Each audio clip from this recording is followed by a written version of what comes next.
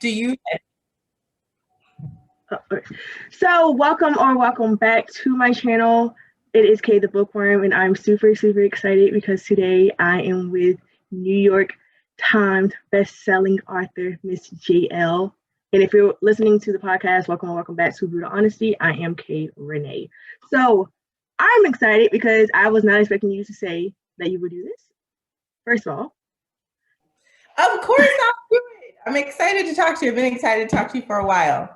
Yeah, so we were supposed to actually do it during the month of her book release, but as you guys know, if you watch my YouTube channel and listen to my podcast, I had 2 deaths in the family within 1 week, so my mind was completely gone. But we have her now, so I'm super excited. She is the author of her first ever novel, which is Wings of Ebony. My book's kind of dingy because I have the art copy of it, but I do plan to get the actual copy. Let me just say, this book right here, wow. It definitely reminded me of The Hate You Give by Angie Thomas with a mixture of The Gilded Ones by Naeem Foreman. Yeah, just wow. Not gonna lie, it was a little slow burn for me in the beginning, but once she got to her home, like her father's homeland, that's when it actually started picking up for me. And the ending, actually no, I'll take that back. The poem that she wrote, I was just like, whoa. Thank you. That poem is one of the few things that stuck from the first draft of the book. So that draft that you have is like draft 17 or 18. Wow. So the poem and sort of the core of the story stayed throughout. So I'm glad that it resonated with you.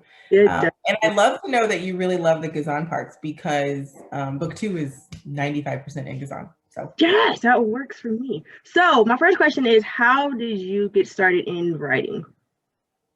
You know, I just had a story and I wanted to try it. I always loved reading and I just decided to try. I know that sounds incredibly unexciting, but I really just was like, you know, I want to see if I can do this because I enjoyed books so much and I enjoyed storytelling and the power of storytelling. And so I wondered, you know, well, I think I have something important to share. Could I put this into a story? I had no idea what that entailed. I mean, I have a degree in journalism, so I understood a bit about like sort of understanding the core of your story and pitching something in a short few words. So there were definitely elements of my journalism training that I think prepared me for publishing. But I really just took to Twitter and started connecting with people literally. And I was like, hey, I'm writing a book. They're like, we're doing writing sprints. I was like, I don't even know what that is. It's like write for 20 minutes and take a break and talk. And I'm super chatty. So I was like, okay. And so I'm just like writing complete trash, but I was exercising my writing muscle and learning things along the way. And then we would like swap chapters and I'd get feedback from other writers. Then I would read craft books. So it really was like learn by doing, which really was born out of my desire to try to tell this story. Okay. So was Wings of Ebony your first ever book that you like completely written, or did you write like more books, but this is like the first book that actually got like published? So when I was learning to write, I was learning to write on a book idea. It was an adult fantasy from 4 POVs, and it wasn't, I don't know what I imagined would become of that, but it was my first time trying to tell a story. Mm-hmm. So that's sort of like what I cut my teeth on. And I wanted to like write a full story. So it was my first experience completing a story. When I finished that, I was like, okay, I want to try to actually write something to get published. And that is when I sat down to focus on Wings of Ebony. Okay, cool. So I've read and I've seen your Instagram, and you said that East Row is exactly where you grew up at. Well, it's not the name of it. East Row is made up name, but yeah, it's very much modeled after my home. Yes. So is it like all, like 100% of it is like facts, or? Yeah. Oh, really? Oh, yeah. Okay. Down to like the donut place that she passes by on her way home. It's a local favorite that people who aren't from, I was going to say Houston, but I think they have a few locations outside of Houston. So people who aren't from Texas may not recognize it. But I put, yeah, I mean, it is like, you can read that part of the book and then like roll through Houston and be like, oh my goodness, like I recognize some of these things. So yeah. That is so cool. Down to even like the energy and the vibe, the togetherness and the community and all of that. It's all down to the like stoop, and like I had certain row style apartments in mind that my cousins and aunties live in, and like it is very, very inspired by my home. That is so cool. So with Rue, I'm just going to say this. she was so hard-headed. And I don't know if it's because of how she grew up and like she didn't know exactly what happened with her mother. And she knows she's like, out of nowhere, her dad pops up and shows her. So is Rue somebody that you know, or was Rue you when you was growing up? I think Rue is a manifestation of many things. I think there are parts of Rue that I've carried my entire life. I think there are parts of Rue that are my sisters. I have two teenage sisters who are 14 and 15. I think there are parts of Rue that are my stubborn grandmother who I learned a lot from. I think, Rue is cousin, she's auntie, she's my best friend.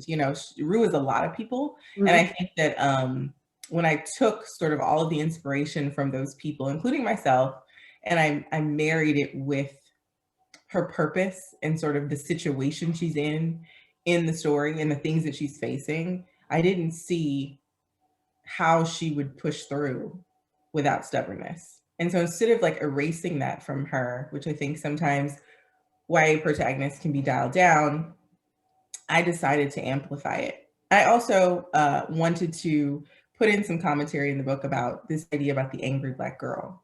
I wanted to dispel that stereotype and show the vulnerability behind Rue and the fierce love that she has, because that's ultimately who she is.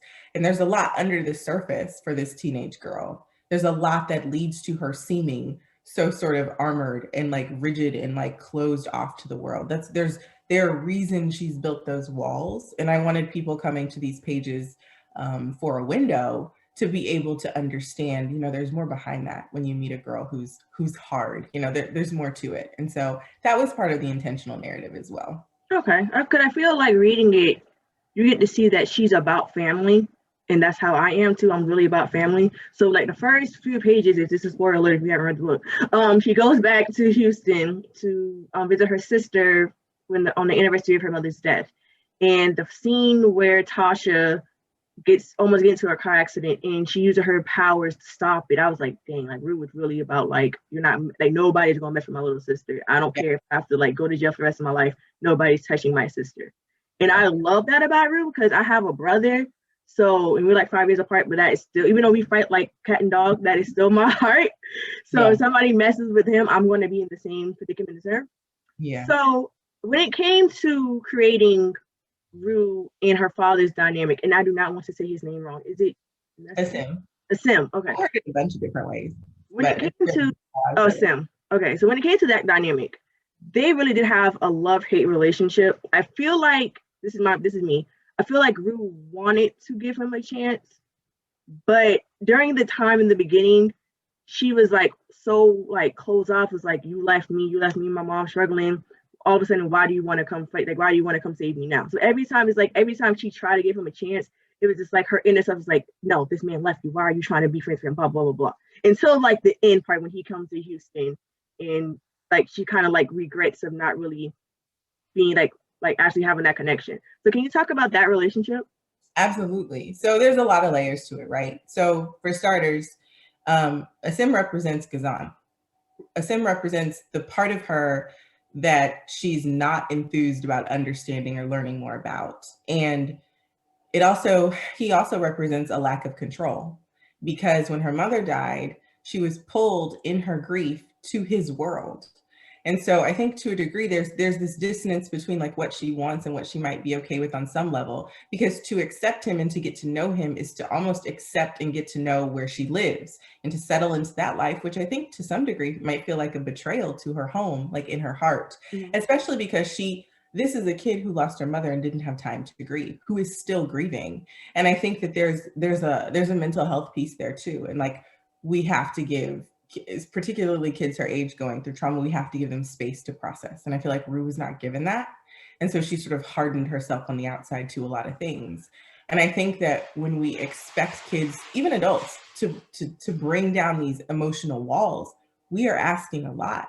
So for Rue to be able to accept her father early on would have meant, accepting that every single hardship, every single scared night where she was home alone was okay.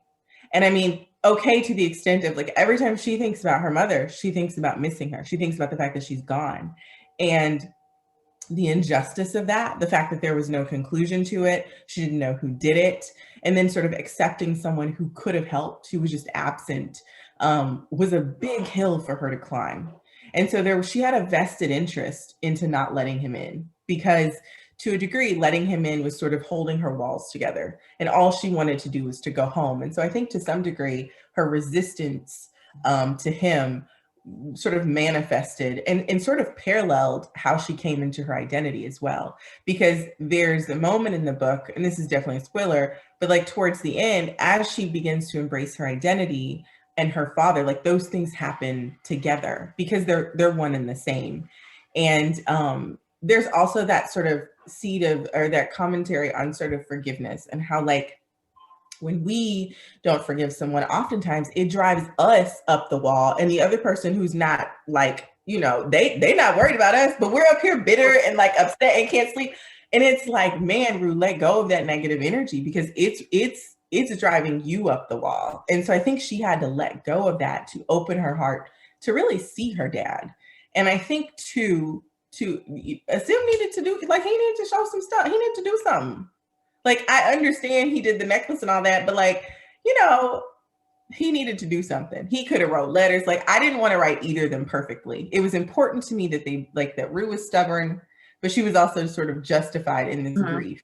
And I wanted to write like him trying to be this good dad and trying to do his imperfect best. Like, I'm a parent, right? You can't make perfect choices for your kids. You do what you can. Yeah. And I wanted to make sure that he read realistic. So like, it's not like he was squeaky clean either. You know, there are things that he could have done as well. And I think I'm hoping that that added to the authenticity of the characterization.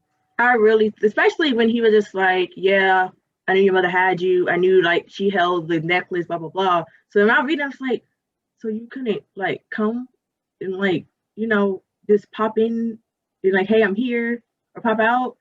Because my thing was this, like, the general could do it, but you couldn't do it, and you're like true Gazanian. And you know, like, what was the problem? Well, no spoilers to the sequel. There is a lot happening in Gazan that was on his shoulders. And that's not really got into in book one because I really wanted to focus on the general and the chancellor are both scum. And I didn't feel like I could adequately attack both of those antagonists in one book sufficiently. Yeah. So I focused on the general in book one, and then we'll deal with the chancellor in book two, which is where you'll learn a little bit more about what Asim was dealing with during that time, because there was a lot on his plate and a lot of things that he was grappling with. And he was really teetering a line because the chancellor raised him like a son. In the chancellor's ignorance, he assumed, you know, this is going to be like a son to me. Like he will never betray me. And I mean, joke was on you. Yeah. Because Asim was Gazanian through and through. And so I think that, you know, he was sort of trying to come, he wasn't always third in command. He had to work his way up to that. You know what I mean? So there were definitely like things on his plate and things he had to juggle. And then I'm sure he was like deer in the headlights too. Like he didn't expect to fall in love with Naomi. He didn't expect to have a child in East Row. It just sort of happened. And it's one of those things where you do the best with the cards that you have, you know, and you just try to grow from it. And what I love about him is I love that he pursued her. And, you know, I wanted him to make mistakes as he pursued her. Like when he was trying to force her to have a conversation she wasn't ready to have, I wanted her to be justified in her ability to say, no, like, I'm not ready to talk about this right now. And I needed him to step back and be like, as the parent, like, okay, my kid's not ready to talk about this right now, because I think parents need to hear that, you know, and teen readers need to understand too, like, that's valid. Because it's a traumatic thing to process, and it's not fair for people to sort of come into your life and then drop things in your lap and like, okay, process this really heavy, hard thing right now because I want to. Like, that's not fair. And so I wanted Rue to have space to come into it on her own. So let's talk about this general. And I have a question, just one question. If you answer it, I have a feeling you might find this out in book two. So if we do, it's okay. You don't have to answer me. Did anybody else know besides the chancellor that he was human? I can't answer that. Okay, cool. So okay, that's all I need to know. I can't answer that. Okay, so I'll take it as in book two. So next question: why did you make the general be such a dickhead? Like from the time Rue got to Ghassan, From the time she went back, it was just like, even the scene where Brian got shot and he was like, I don't want to sell drugs. Like, I just want to like just live out my high school years. Let me do me. Let me go to Howard, have fun. He killed him. Mm-hmm. And I'm just like, what was the purpose? Like, so what made, like, what inspired you to write The General? Because I really hated him. I was really happy about the ending. Super happy about that. I love the ending of book 1. Don't you love it? It's so cathartic. The ending was like, I was like, yes, you get. Yes, right. Ah, that was so hype. You know, to be honest, sorry, my eye is leaking. I have You're fine. Worst allergies. You know, my editor and I went back and forth about that because I didn't want the book to be triggering and traumatic. Mm-hmm. But I grappled with that, and ultimately, my editor and I both agreed that we wanted to show reality, because I think to not in that moment, I think it would, to a degree, I didn't want to water down the things that Rue deals with and the things that like teens are dealing with in her shoes, and just like Black children, the Black community in general. Mm-hmm. I didn't want to water that down, because I do think that there's this sort of this idea perpetuated out there that these things that are written in particularly contemporary fiction are sensationalized. And I've seen people read Nick Stone, and been like, this is so unrealistic. And it's like, no, bro, this is real. I love Nick. I needed it to reflect truth. I needed it to show what senseless violence looks like, because it's our reality. And so but I wanted, for The General, I wanted to give readers that taste of justice that they haven't felt in real life.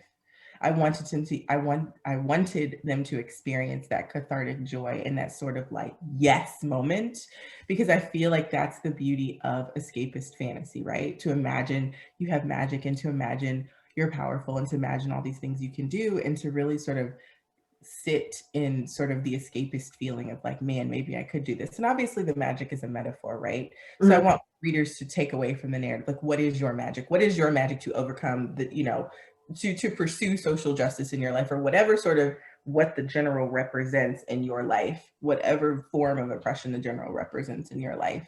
You know, what is your magic to lean into that and fight back?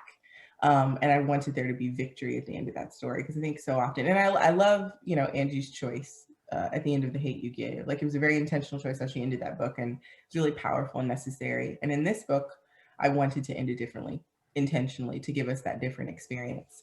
And then in terms of The General, I mean, I was really inspired by the president at the time.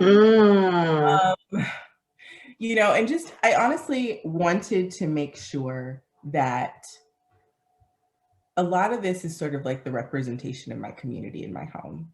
And so a lot of people roll through my neighborhood, roll through my block, and draw conclusions about the people in my neighborhood, draw conclusions about me and my sisters and all of the kids and the families that live there, and sort of deduce that, well, this place is bad because of this. Mm-hmm. And, you know, I don't see those people. This is sort of a tangent, but I think it's relevant. I was talking to this white woman once, and somehow we got on the topic of Dear Martin, and we were talking about drug use, and she was basically she was talking about how the media talks a lot about how Black teens or Black youth, or just the Black community in general, is often convicted of crimes involving like marijuana and drugs, and how that's just so grieving. And I was like, pause. If you think these rich white CEOs aren't jet setting, snorting coke, like, what bubble do you live in, boo? Like, mm-hmm. That's not like, and is that different? And you could see the lights go off in her brain, because she was just like, I hadn't thought about it like that. How funny, like, rich drug use is somehow like better. I mean, go to any private high school, anywhere, and talk to the counselors and see if they have a drug problem. It's not like drugs don't exist in those communities. It's a narrative, right? Yeah. So it was imperative for me to show, here's this community, and sure, they have all these things flooding it, but who is the source? And I wanted the heat on him, not on us, because I think that that's something that people are just so often removed from. Like, they're uncomfortable with this idea that there could be a rich white man behind it. So I went there. And you went there and it went very, very well. So my next question is, before we get into the love triangle, Bree and Luke. So, like I wrote you on Twitter, I was a Bree fan until you told her the truth. I don't know. In my spirit, I feel like Bree is gonna be that person. Is gonna be that person for her to a certain extent. I have a feeling that Bree is gonna flip on Rue, but flip as in like the bad way. Like there's no coming back from the friendship like it was. Okay, I can't answer this. That's how I feel, because when Rue told her the truth about what happened, she was just like, I understand her shock. Don't get me wrong, I understood it, but it was just like, okay, so what do you want me to do with this like information? Do you want me to keep it a secret? Like, so you're telling me everything that I've been learning is a lie, blah, blah, blah, blah, blah.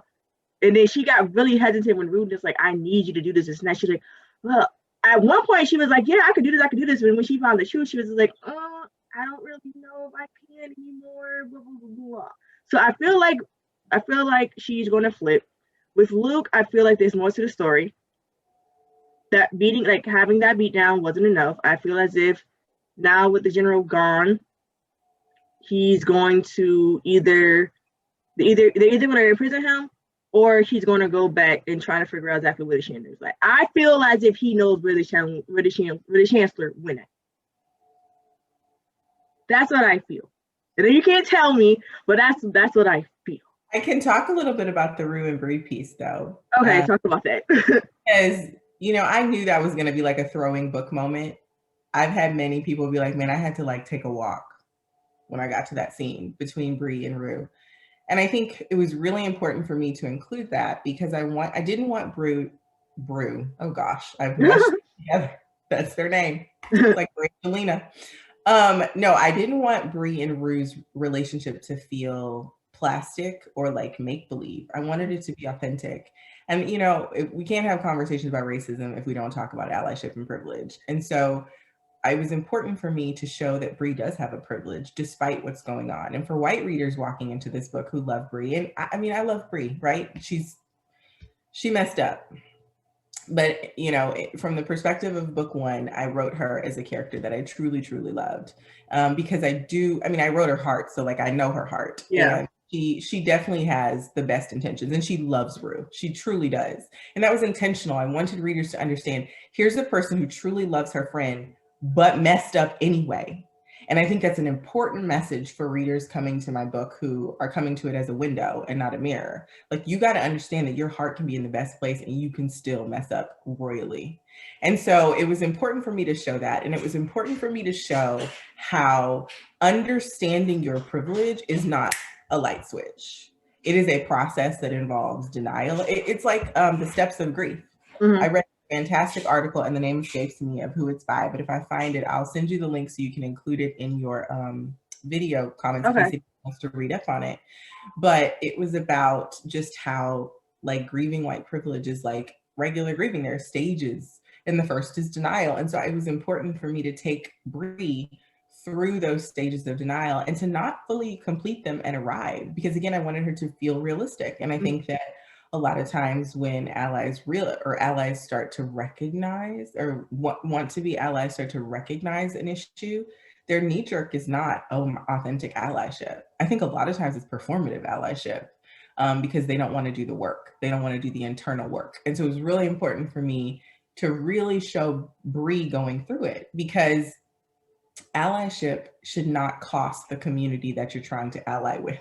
Like, if you are trying to be an ally and you're bringing more heat on the community, like bad heat on the community that you're trying to ally with, you're doing it wrong.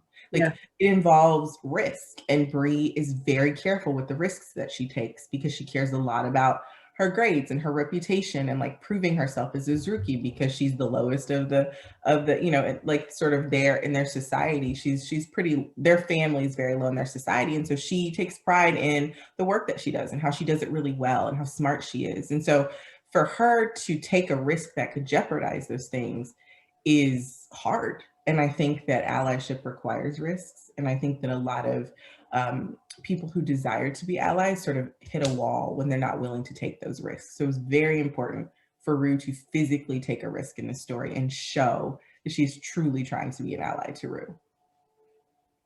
I could see that now. Because when she talks about like, what about my family and this and that, so I understood the fear. I did understand the fear, but at the same time, it was just like, bro, like really, like you flip that fast when you found out the truth. When and technically, Rue found out basically around the same time, like a couple of minutes before she actually told you, so she was in shock as well. But I think for Rue, it was more so like, I'm telling you this because you're my best friend. Yes. And I need to admit that you're the only person that I know in this whole entire country that I could vent to. And I don't think Rue was expecting the backlash that she got. And that's why she was just like, did she really just say this to me? Mm-hmm. Like, really? And that part where Bree's just not getting it and Rue goes to take a walk. That was a really important moment that I wanted readers to understand. Like, it's not your job to educate people on that. Like, if that you have your own emotional work to do, you have a lot on your own shoulder. And so I wanted to make sure they gave that space on the page so that readers understand, like, hello, you need to do the work. If you want to ally, you need to do the work and stop putting that emotional labor on Black people.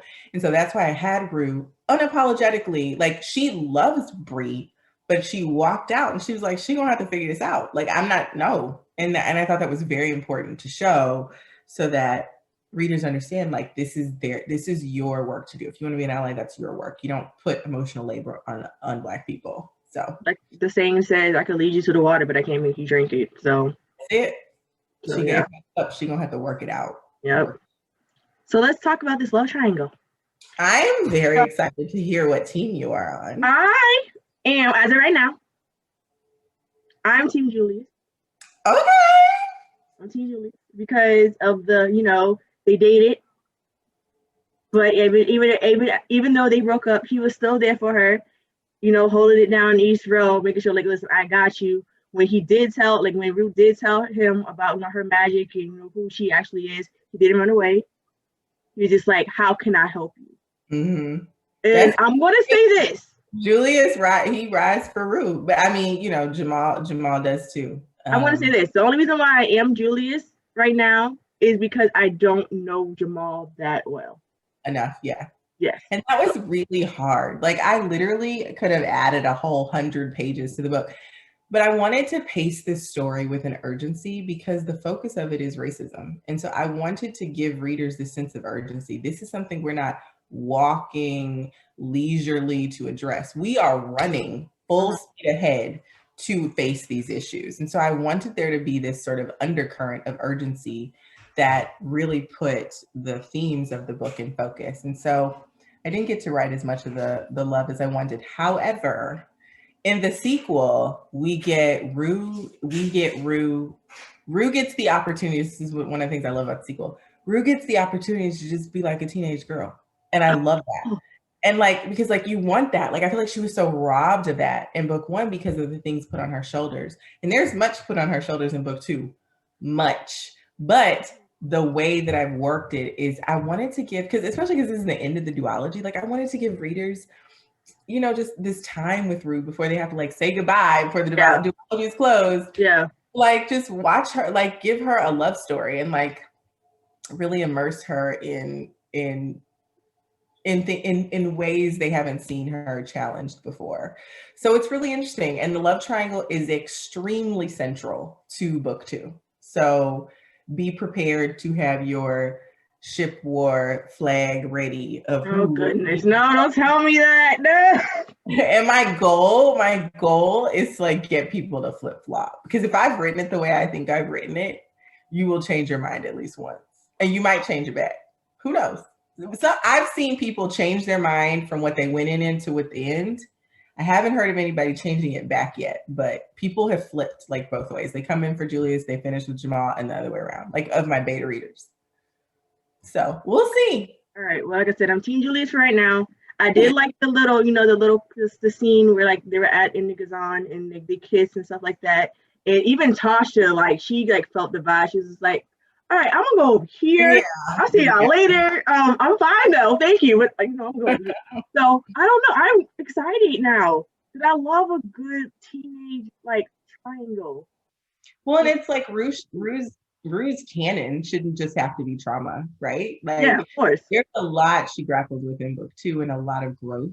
She and in a lot of ways, I honestly think she's challenged to grow just as much, if not more, in book two as book one. And she went through a lot in book one, but like, no, Rue deserves a love story, and so she's gonna get it. I mean, I put her through it. Don't get me wrong. it's I put all my characters through it per usual, but she definitely you get those like sweet moments, which I just love. Like black girls need that, and Rue needs that. Like she shouldn't just have to be forced to. No, you're a superhero. You can't have sweet moments. No, you get sweet moments. I mean, even superheroes have love interests, so There you go. I'm just saying.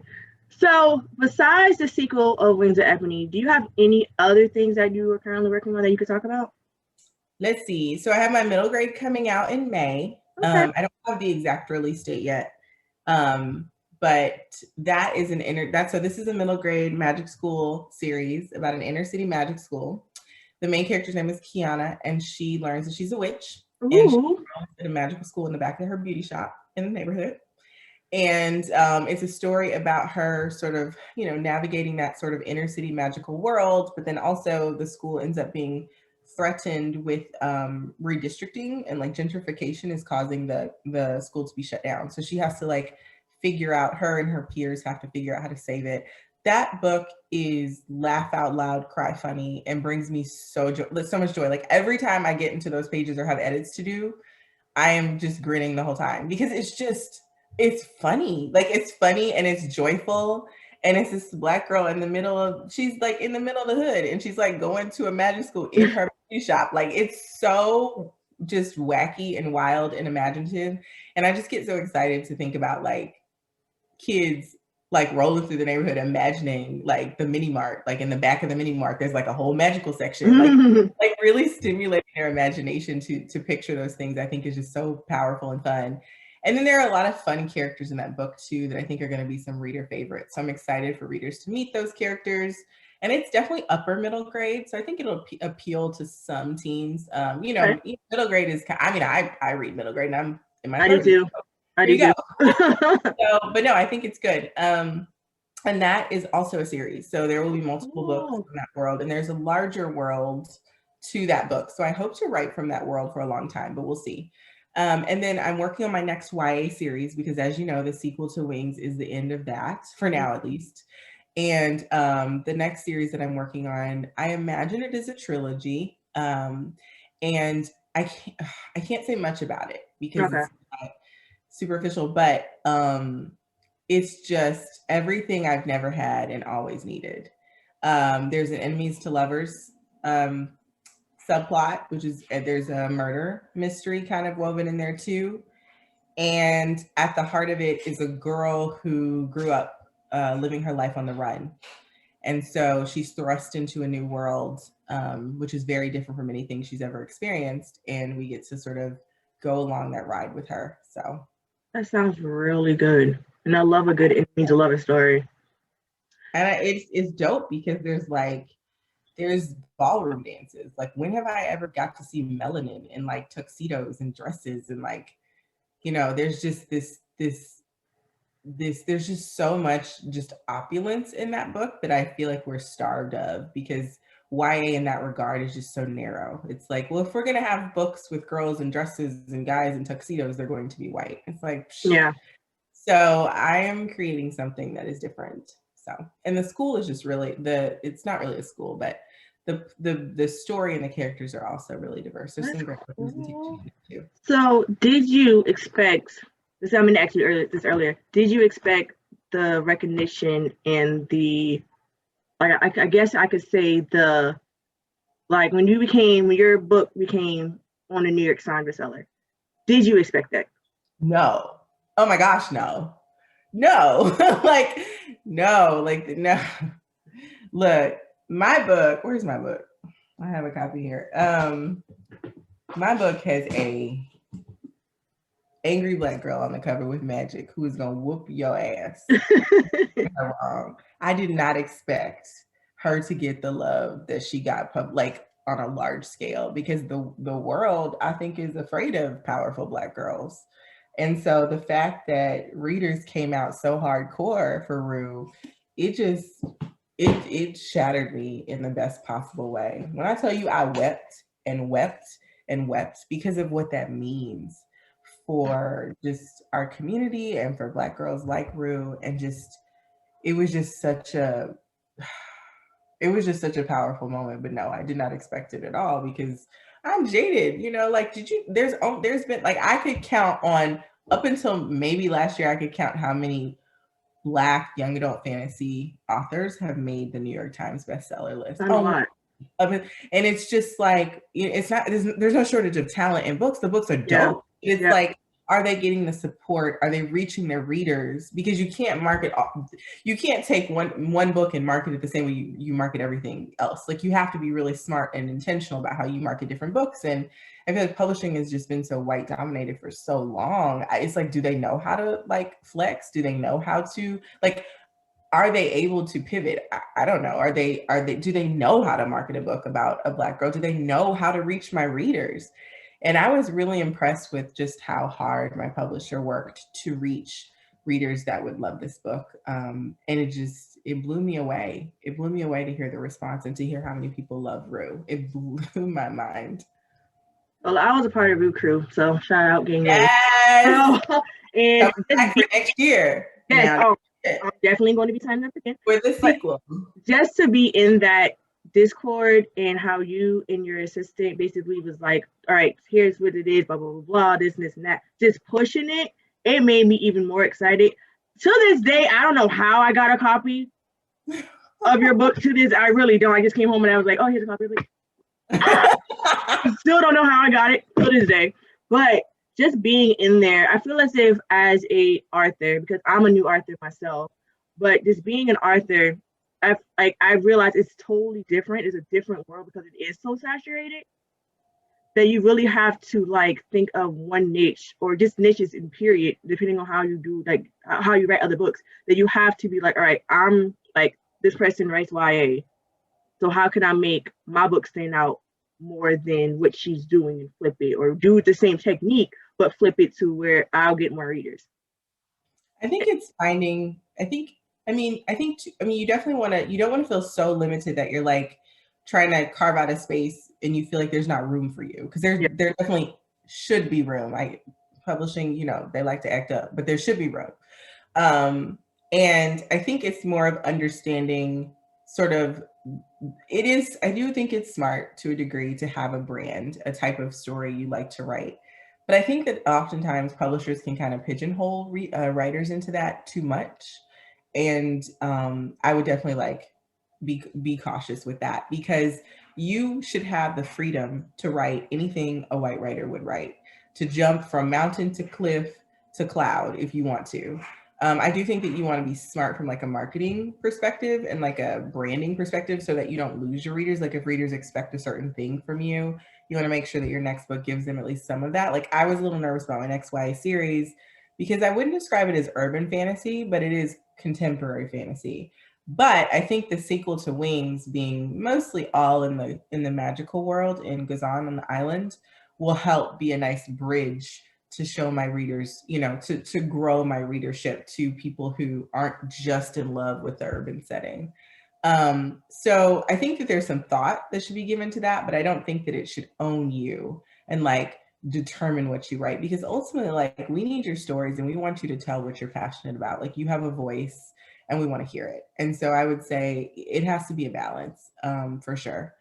So don't think too hard about that. Just focus on the book that you want to write, the story you want to tell, and keep practicing and put it out there. And please hit me up. Like, I want to stay in the loop on your publishing journey for sure. Oh, well, my book is actually published, my first one. Really? Yeah, I published it back in February. Oh my goodness. Yeah, so, I didn't. Is it on Amazon? It is on Amazon. It's on Amazon? Yeah, it is. Close to you. Close to you, KayReenea. I am getting this book. Yeah, so like pulled out my phone. this is my baby. This is about Michelle and Anthony. They're seniors in high school, so you kind of like get to KayReenea.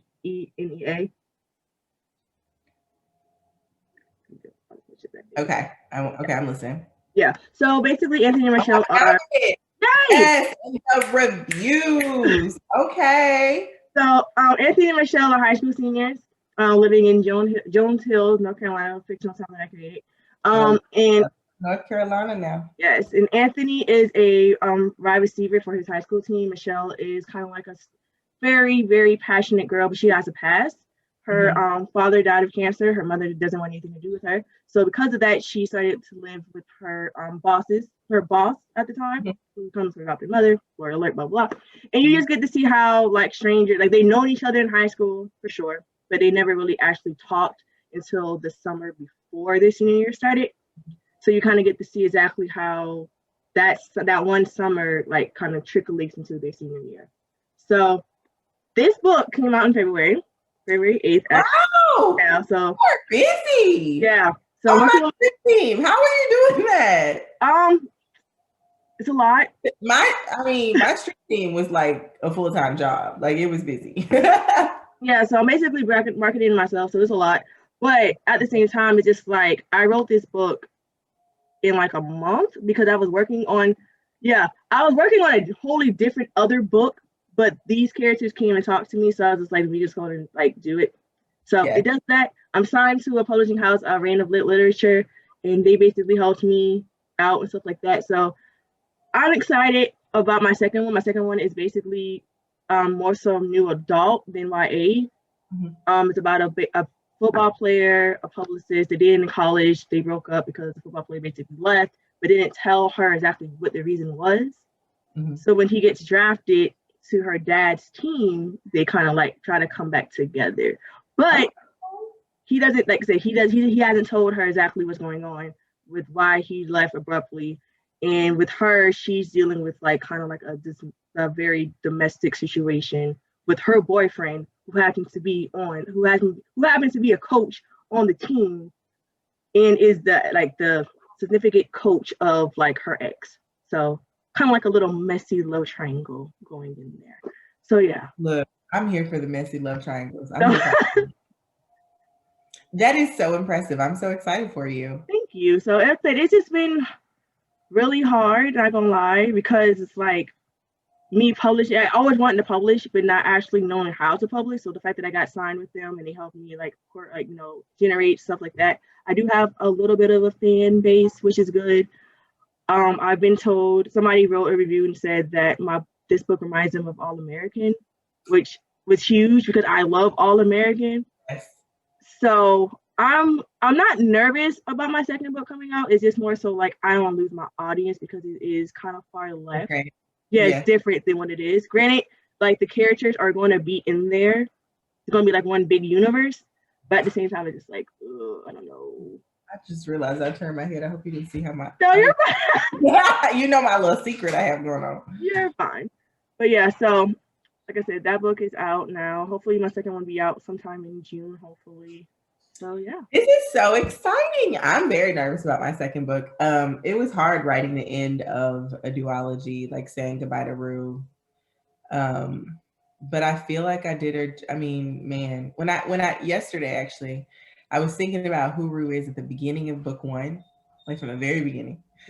She is at the end of book two. And it's amazing to see how different of a person she is, how much she's grown, and the things that she's willing to sort of face and the ways that she's learned to face them. And so I don't know, it feels right, but it's still kind of bittersweet because like I love her so much. Like writing that story was very healing for me. So I don't know. We'll see. I mean, we'll see. No book is ever perfect too, right? Like you understand that as an author. Yeah. Like, you can edit it to death, but then you're like, okay, eventually I have to stop editing and like let it go. And so I've let it go. I'm excited to reveal the cover though and the release date and everything. So Yay. And the title, I don't know if that's out there. So I'm excited. But that was all the questions that I had. Well, these were amazing questions. This was so much fun because it was fun to really just talk about the story. You know, I don't usually get questions like this. Yeah. So it But was like I fun said, to just discuss the story. well, I'm glad you had a great time. I definitely will have you back for the second one in Please do. your YA because I really do feel as if Rue is going to have to make big decisions now that her father is gone and like the people, like her people, are looking up to her now.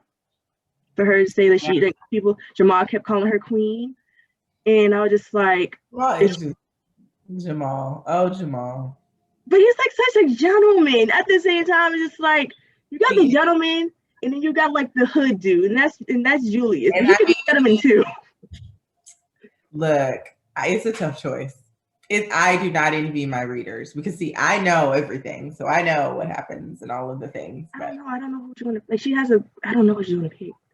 I don't know. It's like, do you pick somebody that's been with you since day one, or do you pick somebody that's like new and that understands understands you like now? well, and like too, without saying too much, like Jamal knows a lot about her father's home that Rue doesn't even know. Like he grew up there. Yeah. So, and Rue has been so closed off to getting to know Kazan until she was like in the thick of this situation in book one that she had to face. And so it'll be interesting, I think, for readers to see Rue sort of turn her attention to Kazan in a way that's not hardened.